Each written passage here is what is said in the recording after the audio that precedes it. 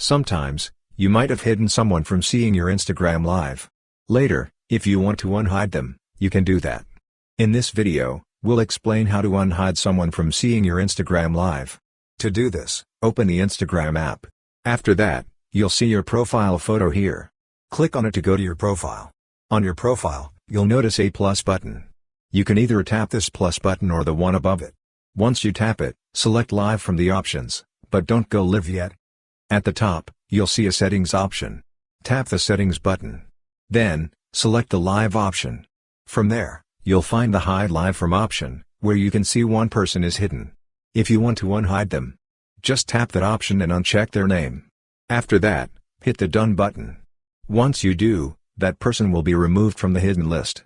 Now, you'll see 0 people are hidden, and that person can view your live. That's how you easily unhide someone from your Instagram live.